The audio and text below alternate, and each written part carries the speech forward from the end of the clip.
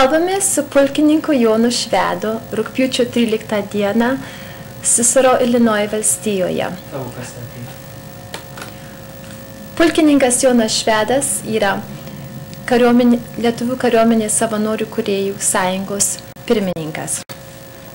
Pana Švedai, norėsime šiandien su jumis padaryti pokalbį apie jūsų įstojimą ir dalyvavimą kaip savanorių kūrėjų. Prieš įeinant į tą temą, norėčiau trumpai su jumis asmeniškai susipažinti, sužinoti, kada ir kur gimėte, kokioj aplinkoje augote.